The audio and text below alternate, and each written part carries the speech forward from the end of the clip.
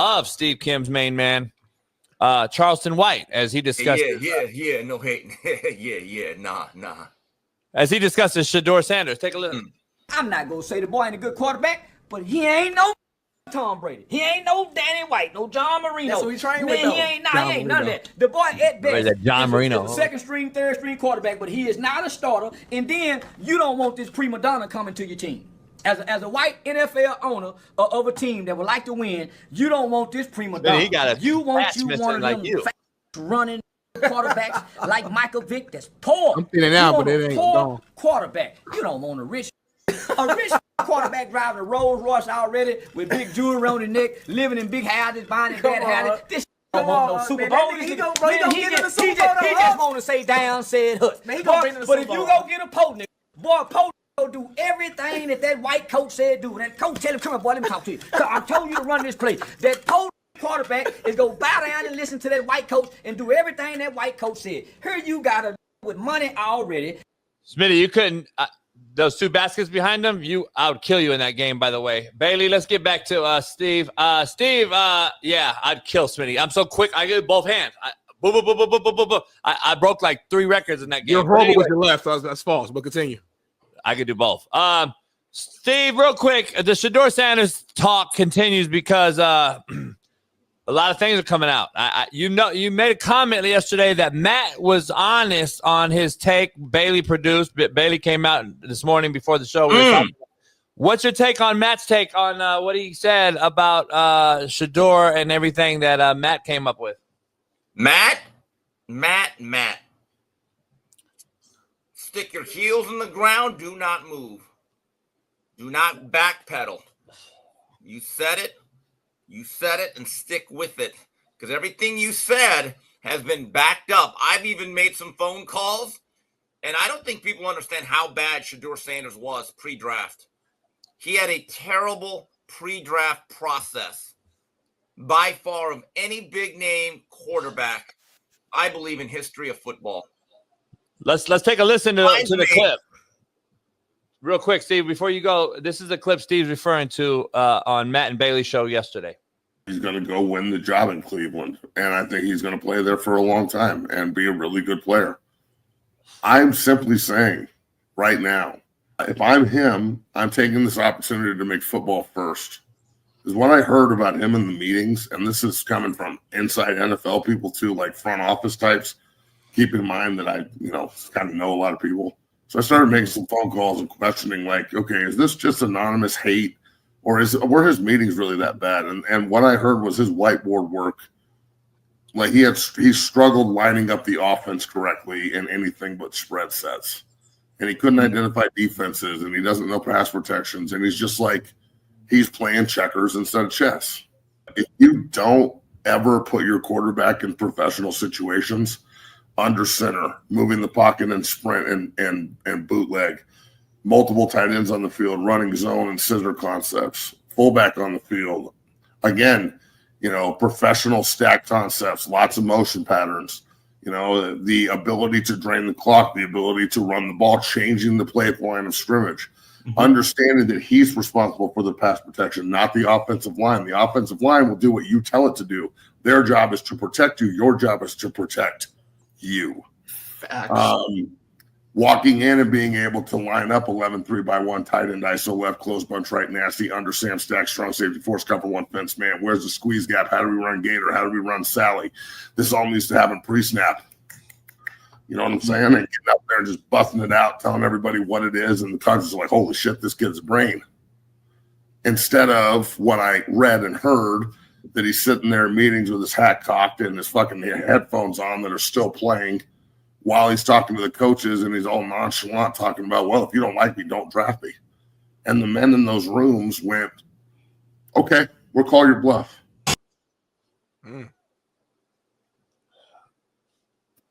Anyway.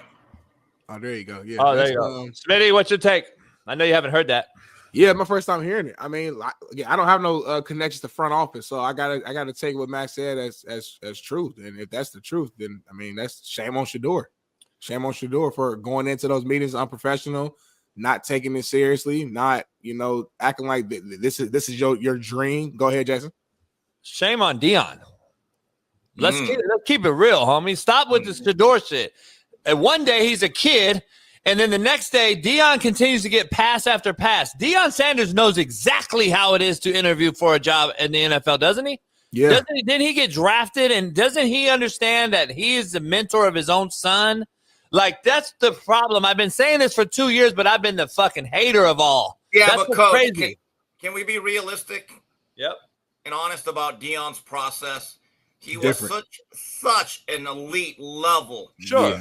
once in a lifetime, prodigious prospect. Great point. This is the guy who basically drove up to the combine in a limo, Ran a 40. whipped off the sweatsuits, broke off a 4-1, kept running, and everyone, literally, the scouts gave him a standing ovation, like, yeah.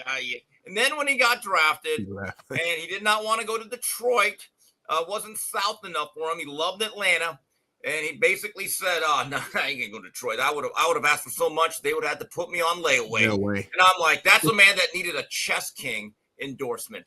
So Okay? hold on. So you're saying he should? That's a great point, Steve. His process was totally different. Yeah, I don't think he realized. Not the point at all. I was I'm making. an But go ahead. immortal. I know. I'm saying it's a good point for Steve. Yeah. He needed to say, Shedeur, you're a mortal. I'm an immortal. Right. I love you. That's why Smitty, I'm tell you this. Yeah. Yeah. No, Smitty. I was talking to Steve. That was not my point at all. My point is, so I can get a DN first round drafted, Jermaine Johnson. Yep. But Deion, as a DB, couldn't get his son drafted as a quarterback, because that's what I'm hearing in the chat. He didn't play quarterback. So now you get my point? Bullshit. Well, Is he- that's a terrible. yeah, Whoever made Steve. that point, making a terrible point. Yeah, that makes I no mean, point. That's No, does Steve, let me anyone ask you. Steve, let me ask you though. He's a coach though, right? And he's been coaching for a should while. know better. He should And know better. that's my point. His job should be to get you where you could not get yourself. And as a football coach now that he is, and he claims to be, as a guy that has unbelievable leverage in the NFL, Smitty, he's Deion Sanders. You know how every owner knows him. Every GM knows him. He played with half of the guys making decisions in the NFL. You're telling me he doesn't know what the interview process is about to be? Bullshit. I'm calling bullshit. That's all I'm saying. You know, does anyone remember one of the most underrated HBO franchises of all time, the Chris Rock Show? That was groundbreaking. Before there was the Chappelle Show, the Chris Rock Show had some unbelievable skits. And one of the most famous ones was how not to get your ass beat by the police as a black man. So they gave like a video on what not to do. Shador Sanders, his whole timeline from the end of the season all the way up until the night of the draft with that draft room that he built, I believe that athletes, agents, advisors should look at that as an object lesson thing. We're doing none of that. None of it. Unless you are a John Elway, Peyton Manning, Cam Newton, Trevor Lawrence graded prospect, because you might be able to get away with it at that point. But again, if you are just a mere mortal, you better go through the process correctly. Smitty, I know Smitty. Smitty, I want to ask you. I want to ask you this though. I can't blame Deion Sanders for being a father that wanted to coach his son. Like that's something I wouldn't want to do it. I've already said it. I wouldn't want to coach my son because of these issues. But also LeBron playing with Bronny. Who wouldn't want to ever do that? Deion coaching his son. Who wouldn't want to do that if in the perfect world? Yeah. The problem is that the backside of the flip coin is you're the only one that's ever coached your son. And that's the issue that comes with this business, because this is a kid now that you like, listen, I'm all for it. Coach your kid. And I love that part of it. But like since high school in Dallas and then Jackson State in Colorado, he's never been told anything other than by his dad, anything when it comes to the coaching world. So he doesn't know any other thing. And he's never truly, let's be honest, has had to compete for a job. Come on now. You think your dad's not bringing your son, who's a guy that is going to play quarterback for me, to lose the job? Like, no. Right. So that it's not set. I'm not going to say set up for fail, because that wasn't Deion's intention. Don't get me wrong. That's not what he was out to do. The fact of the matter is, though, that's the fact. And unfortunately, he has to now overcome that in the NFL as a 5th round draft pick. JB, I think there's another thing. there were reports leaking out that there were people in the National Football League who don't care about social media. They're not trying to be public, but they have more than just opinions or facts. They have knowledge. It was coming out that there were teams, more than one, that did not have a first-round grade on Shedeur. Okay, on top of the attitude. They did not. It also turns out it was more than a few teams that didn't even have him on the board. They just took him off, saying, okay, this can no. And so Confucius, let me clear my throat. Never confuse, okay, consensus for collusion or conspiracy. So the consensus was he was never a first rounder, like I've been saying for 2 years. Like I'm usually spot on with QBs, but what do I know? And I'm the hater. But now all of a sudden I'm Nostradamus today. I'm Nostradamus when I said he can't get on the board 2 years ago. I'm Nostradamus that I said, well, football's not really what he's about compared to like a Cam Ward. But now it's showing. And I hate that I was right. I don't know if that's true or not, but we'll see. I hate that I was right on that, though, Smitty, because at the end of the day, unfortunately. Do you really hate that you were right? I mean, Coach, let's be honest. Do you really hate that you were right? Come on. Come on, Coach. I mean, I've been right about Mahomes forever, but nobody gives me credit about that. But anyway, you know, it's the same thing, Smitty. It's the same thing, Steve. I just don't think the kid's very good. But if you say that against this family, you're a hater. And at the end of the day, I don't believe his quarterback class is very good, Steve. I've been saying that with you for over a year on this show. It's not very good. The Titans got their franchise quarterback. And by the way, Cam, we are so proud. Hold on. Hey, wait. Hold on. Just watching him get his jersey. Warren Moon. I didn't get to see it. The great Warren Moon came out there and said, here, watch this. Listen. Well, they didn't show this because they were talking about Shedeur not getting drafted. Play sound.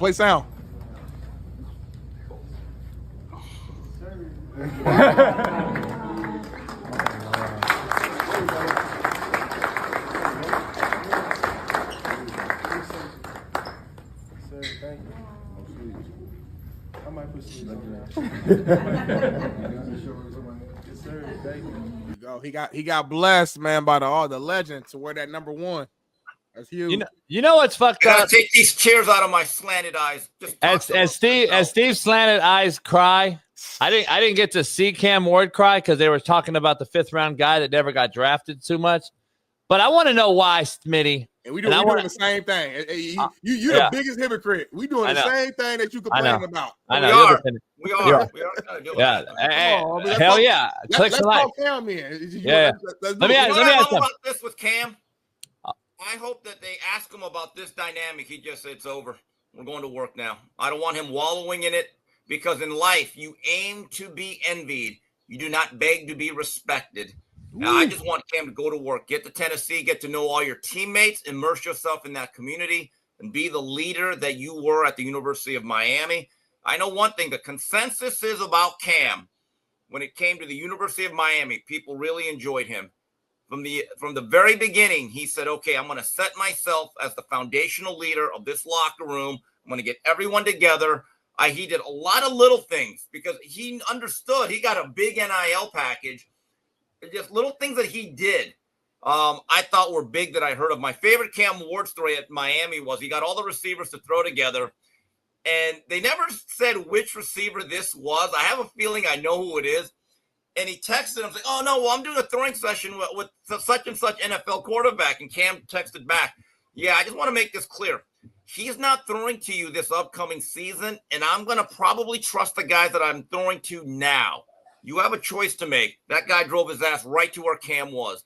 That stuff right there I love. So Cam's got a choice here. He's got a chance to grab a hold of that organization and be, I don't want to say legendary, but be a franchise quarterback. Hey, Steve, let me ask your take. Let me get your take before I want to full circle this. I'm not a Cam Ward believer either. It's just FYI. Let me ask you something. What's his name? Restrepo? Yeah, Xavier. Reunited, and it feels so good, like peaches and herb. God, him getting drafted there saves his possible. He didn't get picked up. Undrafted. Picked up. Like I think that saves it, gives him an opportunity. By the way, because of just if he does get, I doubt he gets any reps with Cam unless he makes the team, but at least he'll still have Cam Ward there, which helps the kid. I don't know if he'll get the reps that he'll need with Cam, obviously being on totally separate. Coach, they don't have a true slot. I mean, if you look at it, they have Ridley and they have Lockett. I don't know if any of them are true slots. They drafted Io Manor, the big-bodied kid from Stanford that I like, and they drafted DK out of Florida, who can take the top off the defense, right? And I think they got a good tight end. They have some parts. I think one thing with Cam, the first thing he has to do, and if I'm working with Cam as his coordinator, I'm working on quick game right off the bat, and I'd say, Cam, I know you're an artist, but in the beginning, here's what I need you to do. Color between the lines. Before you start doing Picasso and Rembrandt, color between the lines. Let's play within structure. And then if you could do that, then let's expand everything else. It is ironic. The irony of this whole thing, Smitty, is that DJU was the number one quarterback, him and Bryce Young that year, both right out of Southern California. Right. And Cam Ward was a 0-star recruit. And now he's the first pick, and DJU, I think, got picked up unrestricted by the Chargers or who? Yeah, I think so. That sounds right. So is he going to switch positions? I heard that rumor, but I don't know. I'm going to ask his uncle. Two words, Logan Thomas. Yeah, he was good, Virginia Tech. I don't know if he has the speed of Logan. Logan was a very good athlete, but I don't think DJ's that athlete, though. Even when people talk about Will Howard, and I'm like, Will Howard, I think, has a better chance of being a full-time tight end and a quarterback. I don't want to hear that Will Howard won the national title. 6'5", 250, basically is what he is, 6'5", 250. Right, which is great, but he can't really throw the ball consistently enough. Yeah, we was bragging Ken about Dorsey came very close to winning 3 national titles, was a 7th-round draft choice or 8th. Gino Torretta was a 7th with a Heisman. The problem with Will Howard is I don't think he's enough of a surgeon. I really don't. The Ohio State throw game up until the playoffs was very up and down. So, the biggest surprise to me was not that Shedeur dropped that far, although it did. I did think he was going to go within the first 2 nights. Some of the quarterbacks taken ahead of him surprised me. But again, those guys probably had better off seasons leading into the draft. Like Milroe stunned me because I don't think Milroe is really meant to be a full-time quarterback in the National Football League. I believe he should be an offensive weapon. Taysom Hill 2.0, another version of Slash. Dylan Gabriel, I was stunned that he was taking over Shedeur. I don't think he has enough arm strength to be in a cold weather climate 17 weeks out of the year. But he's a pretty good athlete. But again, he does not push the ball downfield very far all the time. So wait, you're saying that the whole class is shitty, like I've been saying? Well, outside of one guy, I think the Titans are okay. I'm not sold on him either. I think it's the worst class I've ever seen in my life. But here's the thing, Smitty, Steve, I want to ask you something real quick. Will Howard, the issue I brought up yesterday with Smitty was that I didn't hear all the crying heads out here bitching and moaning that he got drafted at in the 6th round or whatever. That's what my point was. It wasn't about. You watched the tape though. But he won the Natty though, and no one talked about it. Because Ohio State's loaded. Steve Kim could have been quarterback, and we would have won. Yeah, they also lost to Michigan. They also lost to a bad Michigan team. So you can't have it both ways. Steve, I'm just telling you this. This is going to come out to say, here's the issue I have. Shador Sanders getting picked where he got puts him behind an 8 ball that I don't believe he can recover from. For the simple fact that if the shit is true and you can't get on the board and you don't know anything but 10 personnel and 2x2 sets and 3x1 and basic shit, then the number one, you're already behind the 8 ball, in my opinion. And he's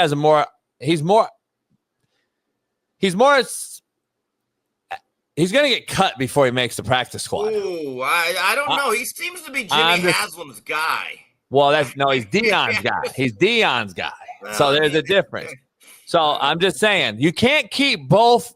You can't. Some's going to give. You're either going to compete, Flacco and small hands, and one of those guys gets traded, right, the non-starter, and you keep both drafted guys, but I don't know how you go Flacco and 2 guys you really don't want.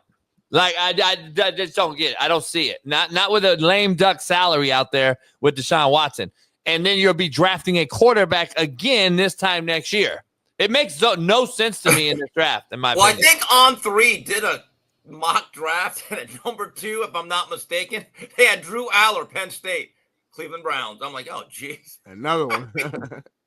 I mean, are we surprised Cleveland ain't really never got a quarterback position right? You know what I'm saying? They should have kept Baker, but that's, you know. The other thing with Shedeur is, has he ever taken a lot of snaps right underneath center? No. Mm-mm. And I don't know.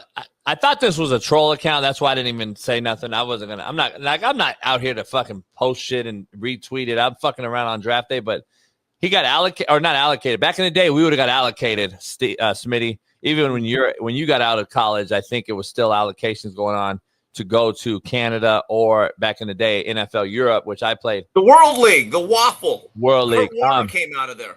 Yeah. I guess Shedeur got put on the CFL's list. The Toronto Argonauts, Darian Hagan's former team. I have a feeling he's not going there. Yeah, I don't think he's going there. Yeah, I don't think he's going there. Non-topic right here. Smitty, this what they do it for a reason, though, in case they can get you, that they can get you off of waivers or what have you. Mm-hmm. It's funny that they would do that. That's like almost to me even a like, I don't know, bigger slap. Like we put you on the list. Like it's even more drama and more headache, more stress, dismay. All this stuff don't matter, man. He got picked up. Now it's on him. Let's see what you're gonna do in preseason camp. If you're really like that, then you should be able to beat out Dylan Gabriel. But I still conversation. Can you beat out Dylan Gabriel? Yeah, but I still blame, even though I love his dad as a coach, I still blame him as the coach of his son. Smitty, you know one thing Dylan Gabriel does though? He's a better athlete, right? He gets rid of the ball early. Problem is when you're playing those cold weather climates, and Eugene gets cold, as does Boulder. You got to have an arm where that ball becomes a knife that can cut through that wind. It's different than playing in Miami, LA, or in a dome. And Gabriel, to me, I always thought he'd be like and it's not a perfect comparison, a Kellen Moore. Great college quarterback, won a lot of games, put up numbers, would stick around as a second or third, and eventually get into coaching. I'm just telling you, I'm watching the draft, and it said, all right, the Browns select quarterback. And I went, oh, there it is. Dylan Gabriel. I went, what? Really? Huh. Okay. By the way, the Browns' reaction to drafting Shedeur, that's an all-time meme. Because Andrew Barry's just like this. Yeah, I got it. Smitty says because it was late in the day and they were tired. Well, I'm saying they got asked. So it was like a little interview, and it was two things they said. They said, number one, they said don't put a lot of stock into that because it doesn't always line up. Okay. When they show the video and when we made the call and the pick doesn't always line up, number one. Number two, he says, well, it's fifth round. Like, I mean, like at this point, they're probably not throwing their arms at round 6 and 7 with all these picks. But can I just say something? This is my guess, just speculation. If you put a thought bubble, like a comic strip on Andrew Barry, it probably said, yeah, we got to take this YN. Ain't my call. Seriously. Come on, Steve. I mean, look at the look on his face. Run that again, Bailey. Run that again. Tell me what he's thinking. I'm not wrong. This is the owner's decision, homie. I don't believe anything other than that. And here's what I was told, to Matt's point. There's no way that this cat right here wasn't told to take him. For the simple fact that I think Cleveland, what I was told, it was waiting on somebody to take him. So they didn't have to. That's what I was told from a pretty damn good, reliable source. They were waiting for someone else to take him. That's why they kept not taking him. And it became too late. And Haslam said, we got to fucking take him. Hey, Graham, by the way, Smitty, about the reaction, I've watched draft videos. At least with Brad Holmes and Coach Campbell in Detroit, I've seen them celebrate 7th round draft picks like they do the first. I watch a lot of Detroit Lions stuff. They have genuine excitement over every draft choice they make. Remember, you only get a draft choice one or so every hour unless you have multiple picks. So I don't know. I've never seen anything quite like that. But the other thing that may have hurt Shedeur, and again, it's just speculation in my opinion. When these scouts do research, they will go around to the equipment guy, the custodian. I mean, what kind of guy is this guy? And who was it? It was Albert Breer was on a podcast or a radio show, had a great interview, gave a lot of insight into this. He said, and I found this interesting, he said during the draft process of Cam Newton, my guy Cam, that when they went around to Auburn and they talked to the administration, the staff, the office workers, custodians, guys on the football staff, like the managers, everyone said Cam's a great guy. What a guy. We love Cam. Cam brightens up our day. When he walks into a locker room, he commands it, and it brightens up. RG3, his year, it was like, he's okay.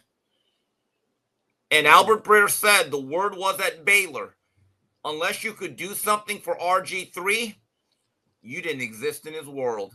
These things matter as a quarterback. I think as a defensive tackle, cornerback, wide receiver, it doesn't matter as much.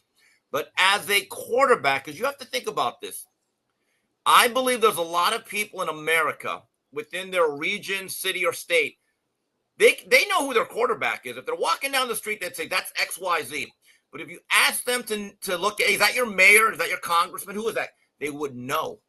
That quarterback position is so much different than anything else in football. You hold the hopes and the dreams and the jobs of a lot of people. It's an unbelievable responsibility. It's different than playing nose guard.